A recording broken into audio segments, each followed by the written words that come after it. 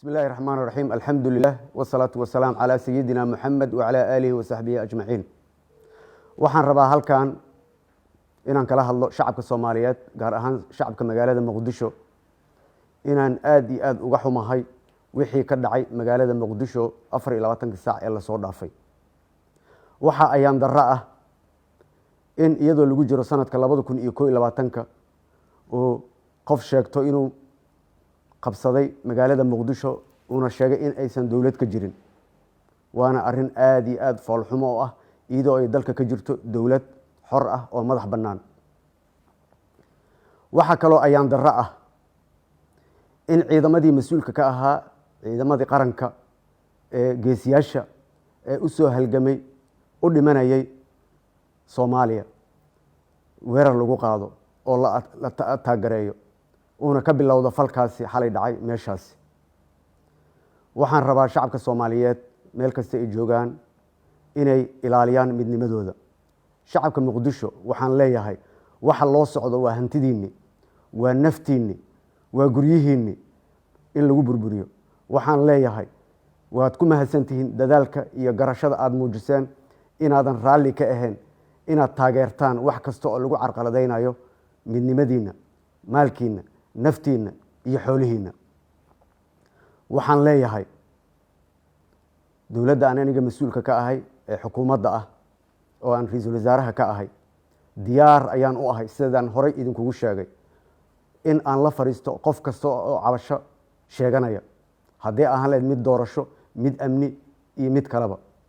waxaan leeyahay qof kasta Soomaali ah xaq ayuu oo dastuuri ah ayuu u leeyahay inuu mudaaharaado, laakiin waa inuu mudaaharaadkaasi noqdaa mudaaharaad nabadeed oo ay ilaalinayaan ciidamada Jamhuuriyadda Federaalka Soomaaliya.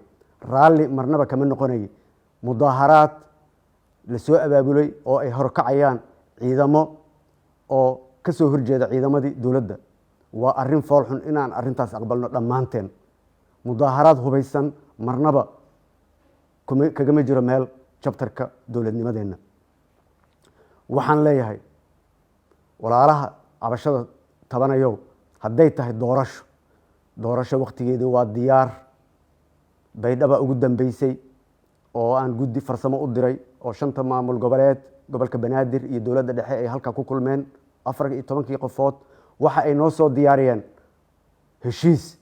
heshiiskaas oo lagu heshiiyey in lagu saxiixdo madaxda maamul goboleedyada iyo dawladda iyo gobolka Banaadirba magaalada Muqdisho, taasoo soo afjari lahayd in ay doorashadu bilaabato waqtigeedana ku bilaabato. ka ra'iisul wasaare ahaan shacabka Soomaaliyeed waxaan u sheegayaa musharax ma ihi, laakiin waxa iga go'an doorashadaas inay waqtigeeda ku dhacdo si xor iyo xalaal ah. qofka shaki qabo ha ila soo xiriiro. waxaan rabaa halkan inaan ka sheego 48 saacadood labadii maalmood ee la soo dhaafay inaan dadaalo fara badan aan geliyay sidii dhibkii dhacay foolxumadii dhacday aan u hakin lahaa. shalay ugu dambeysay waxaan la kulmay duubabka magaaladan, siyaasiyiinta waa la hadlay, guddiyaan u diray, guryahoodii aa loogu tegay in laga baaqsado in ay xabad dhacdo. waa nasiib darro in warkayga la tixgelin waayo. waa nasiib darro in la diiday in layla kulmo. waa nasiib darro in gadaashayda dad ama qof kale laga raadiyo. nabadda gacmaheena walaalayaal ku jirtaa. waxaan aniga idin qaban waayna cid idin ma qabanayso. diyaar ayaan u ahay inaan idinla hadlo, inaan idinla fadhiisto, cabashadiinana aan xalliyo. walaalayaal soo dhawaada. shacabka Soomaaliyeed, shacabka Muqdisho, ogaada waxa lagu gorgortamayo waa maskaxdiina, waa madaxiina, waa caqligiina, waa ciidankiina, waa awoodiina, waa hantidiina. marnaba ha yeelina inay magaaladani naga dudunto. waad garanaysaan nabadda aan haysano maanta, dawladnimada aan haysano maanta, dhibka laga soo maray 30 sano ayay nagu qaadatay meesha aan maanta taagannahay inaan soo gaarno.